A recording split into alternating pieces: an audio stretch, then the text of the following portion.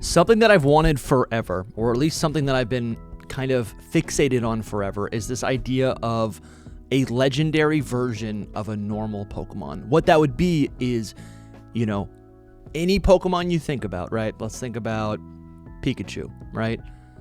Normally, Pikachu can have a normal evolution. Pikachu can have a regional evolution, right? Alolan Raichu.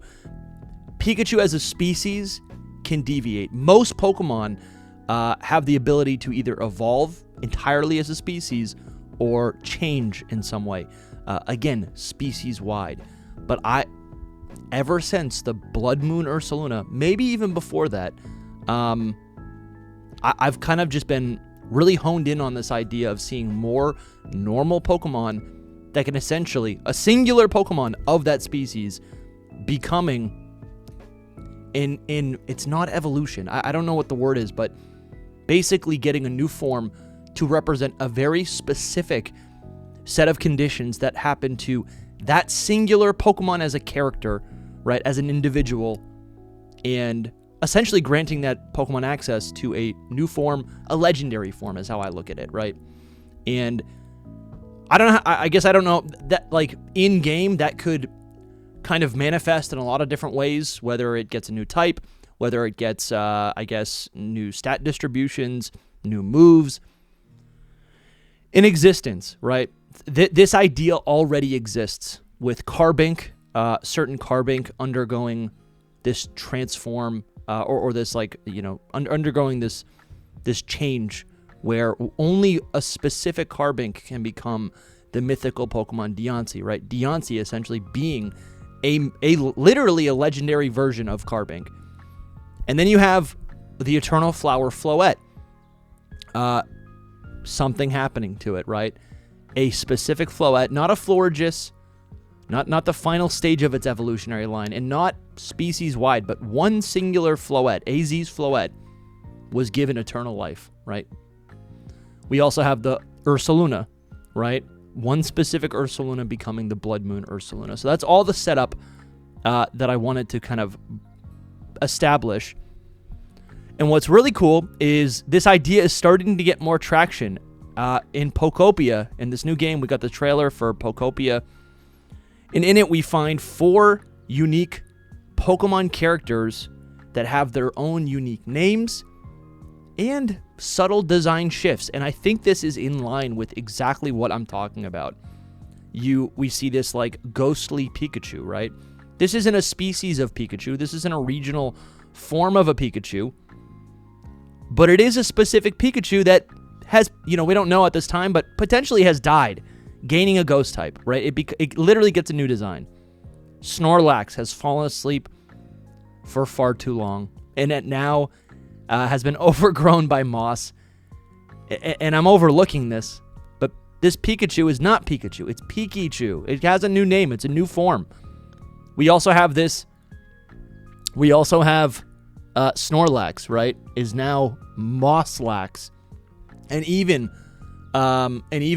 Smeargle, right? Now being given the name Smearguru. And these all function like regional forms, or they're like soft regional forms, right? I think they're kind of presented to us like that. I think Smearguru is the closest. To me, it feels, because of the framing of the name, it feels like an evolution, but it's still a Smeargle. But it does have new colors, right? It's mastered all these different colors. Its tail is bigger. There are slight changes. It's got this little mustache. And with this new discovery, there's a lot of really cool Fakemon artists are coming out to make these cool designs around this concept of a deviant Pokemon. This is Sierna Heina. She says, or he says, they say, hey folks, seeing that all my... Okay, hold on, where is it? The deviant Pokemon are individuals that are totally unique from others of their species. They have lore. That's a cool way to put it. They have lore and are stronger than the rest. They are basically an original character. We already got canon deviants with Blood Moon Ursaluna and Eternal Floette. I think another example could be the spiky-eared Pikachu, or the spiky-eared Pichu. So it's really cool to see this idea that I've been hammering home, that I've been saying on my podcast, on my channel, on Twitter that like I want to see more of. Pokopia is kind of confirming, or I guess making this concept a little bit more visible. And I'm excited to see what kind of art comes out of this by like all these talented artists. Tubbs AZ right here says that they're taking a stab at the concept. They say this is a Grimmsnarl without enough hair for a full coverage. So it puts what remaining hair it has, it puts everything into one arm. And then they named it Goonsnarl. And this is kind of fun. It's just like this. You can actually see more of the coloration of its body that is, like, you can see both the pink and the green that is present in its previous evolution. And all of the hair goes into one giant arm that it can just, like, you know, throw around. I bet this Pokemon would get some, like, maybe like rather than being defensive, it actually just has like more offensive stats. And that's a fun design. It's a fun little twist on the design. I also saved this one right here by, how do I say this name? Asobibi. And they say, as both a Pokemon and a Monster Hunter fan, I'm obligated to try this. Here is Diamond Break Steelix. Battle hardened. Its wounds are hardened by crystals filled with infinity energy. It has higher special attack than any of its species. Okay, that's really cool. The design itself, obviously harkening back to its mega evolution with the crystals that jut out of its body, but also inherently that is, you know, feels very in line also with the Crystal Onyx. I think you could even, honestly, the Crystal Onyx is actually a great example of what this whole thing is. Like, I feel like in the anime and in a lot of other Pokemon mediums outside of the main games, this has always been a thing. Like, even since Generation 1, the Crystal Onyx, I guess that's Generation 2, 100% is one of these legendary forms. It's a specific Onyx. It's not and that's maybe why we've never seen Crystal Onyx as a regional form. It's not a regional form. It's one specific Onyx that gained access to the Diamond trait that normally is only present in a Mega Steelix. It's like Onyx was able to harness some of that Mega energy ahead of time, stunting its growth. So that's really cool. And I like the idea of this Steelix, this Diamond Steelix getting a higher special attack stat, because it is always fun to teach my Onyx or Steelix in a playthrough Dragon Breath, right? You could even give this thing, you could make this thing Steel and Dragon type maybe, potentially. But that's such a cool design by Azure right here. And then the creator of this little trend, they made it's a Salamence that seemingly, so I guess it's a Salamence that has traits of a Mega Salamence, but it looks like it lost one of its wings, preventing Salamence from flying even in its Mega stage. But now it's singular wing, right? What is its paradox form? This is really, it all ties in. Roaring Moon is its paradox name, because both wings come together and they resemble like a full moon. And what this design does, not only is it a reference to the paradox, it's a reference to the Salamence's mega form. It is also now, its singular wing resembles a crescent moon, which is really cool. And you can see all the battle scars. I think this is so tough.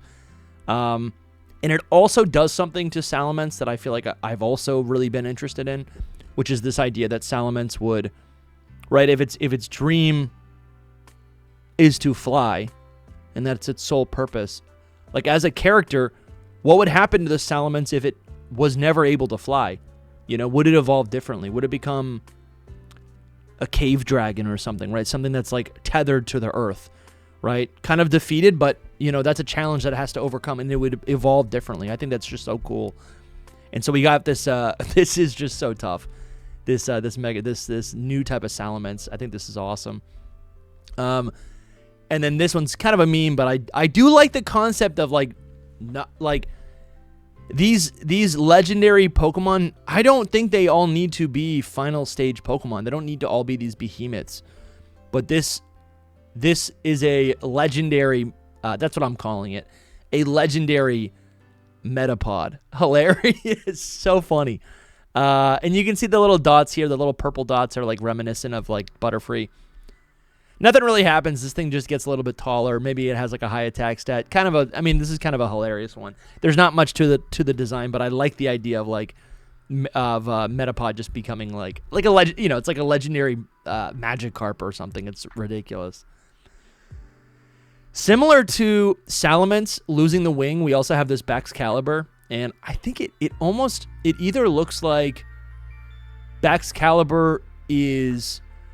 It's almost as if like Baxcalibur can't control the its icy abilities. So like ice is just overflowing the Pokemon. You can see the sword is now like covered in this like thick layer of ice, weighing the Pokemon down. It can't stab. It can't use it as a weapon. Baxcalibur's kind of arced over. I don't know what the story is here, but it is cool to see this Pokemon, again, afflicted in a way. Almost like unable to access its actual weapon. It's you know what I'm saying? It's like a wolf without claws or a wolf without like teeth or something, right? What would it do? And this is something similar. I guess they're just kind of on a roll here with these pseudo legendary Pokemon, but you have like this dark Garchomp, and one of its what would you call it? Like one of its like its horns or like the jets on its head, right? It's like a hammerhead shark. It's got some sort of, again, like growth on there, preventing it from. I don't even know actually. I would need to talk to I would need to learn more about this from the creator. Do they explain? Oh yeah, they say. No, there's not really an explanation here, but anyways, I just wanted to highlight this. This is so cool to me. This is something that I really do think about a lot, or have thought about a lot in the past, and I'm excited that Pokopia is kind of making it a little bit more transparent.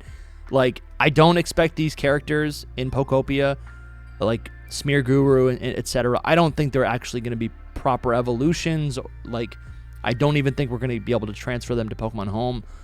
I think I saw someone say that like what really defines like or I guess separates a game like Pokopia from the mainline games is that like Pokopia, you're not a trainer, you're a Ditto. You're not capturing these Pokemon.